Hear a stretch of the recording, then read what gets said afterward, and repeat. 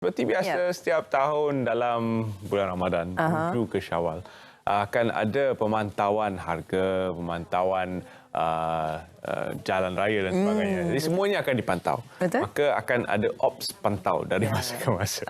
Anda akan dipantau dari semasa ke semasa dan ini akan kita berkongsi berkenaan dengan perkara ini iaitu bersama dengan kita di studio saya kenalkan Tuan Azman Adam selaku pengarah penguatkuasa KPDN HEP. Assalamualaikum. Waalaikumsalam warahmatullahi. Jadi kita bercakap tentang perkara pertama tadi, harga barang. Allahuakbar. Harga barang boleh dikatakan hot topic juga. Mukadimahnya ingin kita bertanya sedikit tentang objektif pelaksanaan ops pantau dalam tahun ini, di mana harga barang dilihat ada menaik sedikit berbanding tahun-tahun sebelumnya. Okey, terima kasih. Selamat pagi Malaysia kerana bagi peluang kepada pihak kami KPDHP untuk memberikan maklumat yang terkini dan lebih jelaslah tentang perkara yang berlaku dalam pasaran kita sekarang. So, harga barang memang menjadi satu topik utama yang tu kami sedar dan oleh sebab itulah kami ada bermula daripada tahun lepas lagi kami telah mengadakan satu operasi khusus yang kami namakan sebagai ops pantau. Jadi tujuan ops pantau utama kita adalah memang yang pertama adalah untuk memantau pergerakan dan juga situasi harga barang dalam pasaran kita. Jadi that's why kita melaksanakan ops pantau tersebut. Jadi ops pantau pada tahun ini kita adakan dengan beberapa dengan beberapa peristiwa yang berlakulah dalam negara kita. Contohnya yang pertama apabila peralihan kita daripada fasa pandemik kepada endemik, itu juga akan meningkatkan permintaan dan juga penawaran. Yang kedua apabila kerajaan telah membuka semua sektor dan juga sempadan.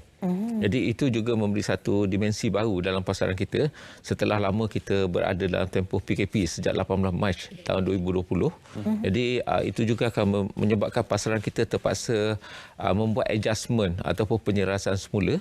Dan yang ketiga apabila kita nak sambut hari raya puasa dan juga sekarang yang kita berada pada bulan Ramadan.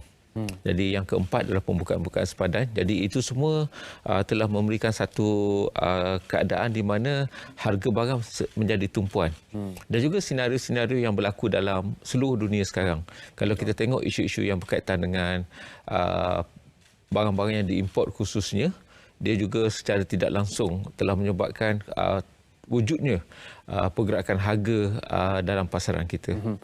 Di Amerika Syarikat sendiri, Presidennya telah berkata bahawa kenaikan harga barang adalah merupakan suatu yang bakal melanda negara itu berikutan keadaan di Rusia dan disebabkan sekatan-sekatan yang berterusan ke atas negara itu. Walaupun Malaysia tidak mengimport secara langsung begitu banyak makanan ataupun bahan mentah berkait makanan daripada Rusia, namun kesannya secara tidak langsung akan kita rasai tidak lama lagi. Jadi apakah senarai harga barang yang telah pun dikuatkuasakan oleh KPDN HEP melihat kepada perkara-perkara ini yang mungkin di luar daripada skop kawalan kita?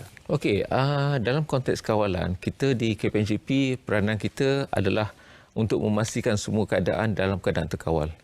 So sekiranya perkara tersebut dapat berlaku ataupun dilaksanakan, kalau semuanya terkawal, maka KPDHP tidak akan mengawal perkara tersebut sebab kita lebih berminat untuk menyaksikan permintaan ataupun kedudukan harga tersebut ditentukan sendiri oleh faktor penawaran dan juga permintaan.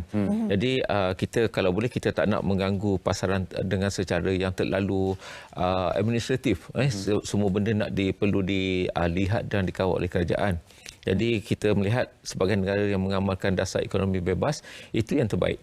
Tetapi apabila dalam keadaan-keadaan tertentu di mana apabila sesuatu perkara menjadi tidak terkawal, oleh sebab itulah kita akan mengadakan kawalan. Oleh sebab itulah pada tahun lepas kalau kita masih ingat, untuk bulan puasa juga kita telah mengadakan skim harga yang lebih awal. Skim harga maksimum keluarga Malaysia yang lebih awal sebelum kita sambung dengan skim harga maksimum musim perayaan. Jadi itu tahun lepas. Tahun ini kita dapati pergerakan harga untuk komoditi-komoditi perlu seperti sayur, ikan, daging dan sebagainya pada tahun ini agak terkawal. Dan keadaan ini juga ditambah dengan kesanggupan kerajaan untuk menyalurkan subsidi untuk ayam dan juga telur, ini sedikit sebanyak sepatutnya telah membantu untuk membuat kawalan ataupun untuk mengawal ataupun menjadikan pasaran itu lebih sistematik dan juga lebih terkawal. Jadi perkara-perkara yang berlaku dalam pasaran sekarang yang kita dengar, contohnya berlaku kenaikan harga pada 1-2 item ataupun beberapa item, dan kebanyakannya kita dapati berlaku akibat daripada perkara-perkara tertentulah. Yang pertama, kebanyakan barang tersebut adalah barang import. Dan apabila barang tersebut diimport, jadi banyak perkara yang menjadi faktor kepada perubahan harga. Seperti contohnya kadar tukaran wang asing, kos pengangkutan, logistik, situasi harga di negara pengeksport itu sendiri. Jadi ini perkara-perkara yang menyebabkan kita terpaksa mempertimbangkanlah semua perkara tersebut dalam penguatkuasaan kita. Baik. Dan Tuan, apa antara lokasi tumpuan utamalah dalam perkara-perkara yang diberi fokus dalam penguatkuasaan Ops Pantau ini? Lokasi utama kita ada dua lah. Yang pertama, lokasi utama kita yang berbentuk fizikal. Fizikal ni termasuklah di pasar raya, di pasar basah, bazar Ramadan, di tempat-tempat lain, di premis-premis pemborong, pengimport dan sebagainya. Dan satu lagi, lokasi tumpuan kita adalah di tapak-tapak web. Sophie, maksudnya di laman-laman web. Sebab sekarang ni sejak pandemik, kita dapati perubahan ataupun trend pembelian oleh pengguna kita telah berubah. Mereka banyak beralih kepada pembelian secara online. Jadi itu juga merupakan satu tumpuan kepada kami bermula daripada tahun lepas dan juga tahun ini. Untuk makluman, sejak 18 Mac sehingga Februari tahun ini, hujung Februari, kita ada lebih kurang 24,510 aduan yang kita terima berkaitan dengan transaksi online. Dan ini adalah satu aduan yang tinggi, mewakili 36.5% daripada aduan yang kita terima. Jadi itu juga turut menjadi tumpuan. Jadi pegawai-pegawai penguatkuasa kami, selain yang kita tengok berada di padang, yang berada di lapangan, di pasar-pasar, di supermarket, di premis pemborong dan sebagainya, kita ada satu juga pasukan yang memantau, khususnya untuk memastikan pihak orang ramai, khususnya pengguna-pengguna, tidak terananya ataupun tidak mengalami apa-apa kerugian ataupun tertipu, khususnya apabila mereka membuat pembelian secara online. Namun pembelian dalam talian sudah pasti akan ada perkhidmatan tambahan yang diperlukan untuk barang itu sampai kepada pembeli. Jadi berkemungkinan kepada pembeli juga perlu mengambil kira perkara-perkara ini, kerana dengan melaporkan sahaja harga yang melampau kepada KP dan HGP mungkin tidak membantu tanpa kesedaran terlebih dahulu daripada kalangan orang ramai tentang bagaimana barang itu sebenarnya sampai ke tangan anda. Dia banyak perkhidmatan sokongan yang diperlukan untuk barang itu sampai, dan dalam pada itu pendekatan penguatkuasaan daripada KP dan HGP melihat kepada Ops Pantau tahun ini, bagaimana pendekatannya? Okey, kami akan terus menjalankan tugas kami dengan tegas dan profesional lah. Terutama apabila kami menerima aduan daripada orang ramai, pihak kami akan digerakkan dengan seberapa segera ke lokasi-lokasi yang diadukan tersebut supaya kami akan dapat melihat apakah sebenarnya yang berlaku. Okey, dalam contoh penguatkuasaan yang kami jalankan, kami akan menjalankan tugas secara proaktif, yang termasuk pemeriksaan harian, dan kami juga akan membuat siasatan-siasatan aduan yang kami terima. Jadi bergerak daripada situ, kami akan membuat tindakan penguatkuasaan yang bersesuaian lah. Ada juga dalam konteks-konteks tertentu di mana aduan-aduan yang kita terima itu memerlukan tindakan lanjut ke peringkat yang lain. Jadi itu juga merupakan satu komitmen kami supaya apa yang kita siasat tersebut memberi keadilan pada semua. Jadi dalam konteks ini sebagai contohnya, kalau sesuatu kesalahan tersebut bermula daripada pihak-pihak yang lain, kami juga akan meneruskan siasatan. Jadi ini satu proses yang kita katakan kompleks lah juga, tapi insyaAllah dengan keupayaan latihan yang kita ada, insyaAllah kita dapat menanganilah isu ni. Baik. Dan Tuan, apa antara mekanisme yang digunakanlah dalam penguatkuasaan Ops Pantau ni? Okey, satu yang mekanisme yang kita gunakan, satu adalah kita membuat penguatkuasaan secara hard approach, okey. Terutama dalam konteks benda-benda yang secara jelas, okey, sebagai contohnya mereka menawarkan barang tiruan secara terbuka, ataupun mereka membuat satu pernyataan yang salah Contohnya berkaitan dengan buffet Ramadan dan sebagainya. Jadi itu juga menjadi tumpuan kami lah. Jadi dalam konteks tersebut kami akan mengambil tindakan dengan tegas lah. Begitu juga dengan pihak-pihak yang sengaja menaikkan harga tanpa alasan yang munasabah. Jadi itu juga kami akan ambil tindakan. Jadi bagi dalam konteks tersebut, kami di KPHDP sebenarnya kami tidak pernah ada sasaran. Apa dia tahun ini kita nak berapa kes, tak ada.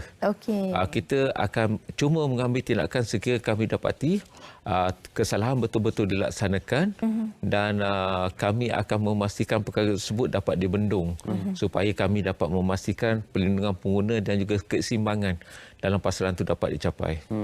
Selanjutnya kita dengar wakil daripada suara pembeli. Namun peniaga juga akan berkata bahawa sudah 2 tahun kami tidak berniaga seperti biasa dan kini pasaran dibuka semula. Ingin kita cuba untuk dapatkan kembali sedikit sebanyak keuntungan bagi menampung kos-kos yang tertangguh dulu. Mungkin tidak membayar sewa dan kini terpaksa membayar sewa semula dengan mengambil kira bulan-bulan yang tidak dibayar itu ditambah kepada bulan yang tertangguh ini. Jadi bagaimana untuk kita berlaku adil dalam situasi seperti ini? Itulah yang kami katakan, kami di KPHDP ini cuba melaksanakan penguasaan dengan secara yang profesional lah. Memang kita tahu yang berniaga dia nak untung dan mereka juga ada kos-kos yang perlu ditanggung.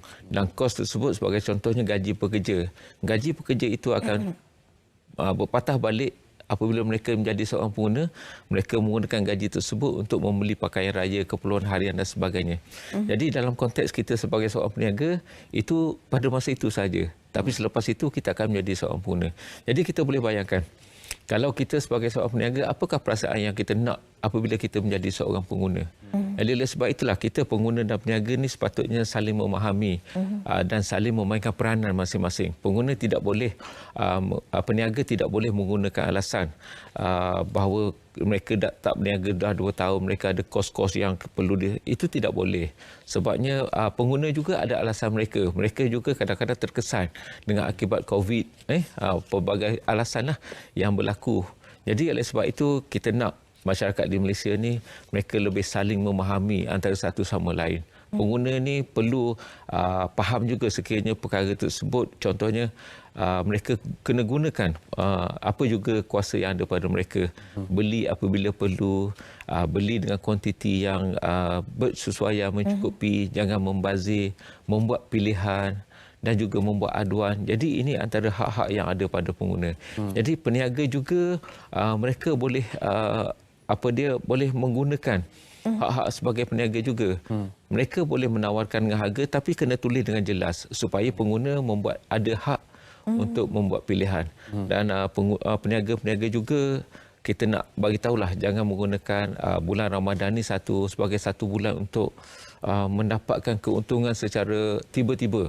Sebab kita kena faham dalam situasi kita yang memasuki era pemulihan di segi daripada pandemik pada endemik. Jadi kita kena sama-sama membangunkan negara kita. Pada 1 hari bulan Mei nanti, gaji minima akan dinaikkan kepada RM1,500 ringgit sebulan. Jadi adakah pihak KPD dan HDP melihat ini sebagai situasi di mana akan ada kesan kepada kos, di mana kos-kos akan dinaikkan supaya para peniaga, para pengusaha dapat memberi gaji minimum itu kepada pekerja, ataupun adakah ia akan diterima sebagai alasan untuk menaikkan harga? Kita dalam konteks untuk kita membuat penyiasatan di bawah Akta Keluaran Harga dan juga anti pencatutan. Jadi kami akan lihat sama ada pergerakan gaji tersebut. Sebagai contohnya kalau gaji naik itu RM10. Kalau saya bayangkan kalau di sebuah kedai mamak lah, yang contoh yang paling popular, RM10 seorang dia ada pekerja 10 orang. Maksudnya kenaikan gaji secara puratanya RM100 satu hari. Dan mereka menjual 1,000 cawan teh tarik satu hari. Jadi mereka tidak bolehlah menaikkan teh tarik tersebut 30 sen. Sebabnya tidak selaras dengan kenaikan gaji yang dibayar kepada perkara tersebut. Tapi sekiranya kenaikan yang kos yang mereka berlaku tersebut bersesuaian dan setimpal, jadi kita harap pengguna pun akan dapat faham. Sebab ini adalah satu dasar yang kerajaan buat supaya semua pihak dapat hidup dengan lebih baik ke arah kita nak mencapai negara yang berpendapatan tinggi, insyaAllah. Dan sehingga kini Tuan, berapa jumlah kesalahan yang telah pun dikesan di bawah Sejak kita buat Ops Pantau pada 3 hari bulan April baru ni, kita telah membuat pemeriksaan ke atas 19,000, saya rasa 19,804 aduan dan sebanyak 117 kesalahan telah kita kesanlah dalam tempoh tersebut dan kebanyakan kesalahan tersebut melibatkan 3 kesalahan utamalah. Yang pertamanya ialah gagal meletakkan tanda harga ataupun tidak meletakkan tanda harga. Yang kedua, mereka menggunakan alat timbang. Alat timbang juga satu perkara yang penting untuk semasa digunakan dalam perniagaan mereka. Dan yang ketiga, menjual lebih daripada harga yang ditetapkan. Jadi ini 3 kesalahan utamalah yang sentiasa menjadi tumpuan kepada pemeriksaan kami. Dan setakat ini, tahun ini saja sehingga semalam, pukul 12.30 malam tadi, kita terima sebanyak 6,423 aduan dan 174-nya daripadanya adalah dalam tempoh kita mengadakan Ops Pantau ini. Jadi ini satu cabaran jugalah kepada kami untuk menyelesaikan aduan tersebut secepat mungkin. Nampaknya orang ramai sudah pun tahu bagaimana untuk menyampaikan aduan kepada pihak KPDHGP kerana jumlahnya agak tinggi. Namun untuk kita wawarkan kepada para pengguna di luar sana yang mempunyai sebarang isu, yang mempunyai sebarang masalah, yang melihat kepada harga yang mereka rasakan tidak adil, bagaimana sebenarnya untuk mereka mulakan proses pengaduan? Yang terbaik, yang paling senang Mr. Terence, Puan Sophie, ialah WhatsApp lah. Sekarang kita ada 2 talian WhatsApp. 019-279-4317 dan satu lagi 019-848-8000. Itu nombor yang kita kata paling senang dan boleh diakses 24 jam lah. Selain daripada itu, kita ada portal e-aduan, kita ada aplikasi Easy Adu, kita ada email yang kita boleh dan juga kita ada satu talian toll free 1-800-886-800. Jadi gunakanlah platform-platform yang ada ni untuk salurkan aduan yang lengkap secara terus kepada kami untuk kami ambil tindakan seberapa segera, insyaAllah. Nombor-nombor tersebut ada tertera di kaca TV anda sekarang ataupun di pautan media sosial anda. Jadi sila gunakan nombor-nombor itu sebaik mungkin. Jangan pula hantar aduan-aduan palsu dan membazir masa pihak penguatkuasa. Kita perlu bertanggungjawab dengan adanya kemudahan seperti WhatsApp. Mungkin ada yang akan cuba untuk menghantar aduan-aduan sembarangan, namun kita harus bertanggungjawab dalam perkara ini. Kemudahan telah pun diberi, gunakan sebaik mungkin. Betul. Dan akhir kata daripada Tuan sendiri kepada para pengguna dan juga para peniaga di luar sana? Okey, akhir sekali bagi pihak KPDHGP kepada para peniaga, saya harap mereka akan terus melaksanakan berniaga dalam keadaan mematuhi undang-undang, supaya semua pihak dapat mengambil manfaat daripada pembukaan sektor ekonomi tersebut. Berniagalah dengan dengan mematuhi etika-etika dan juga keperluan undang.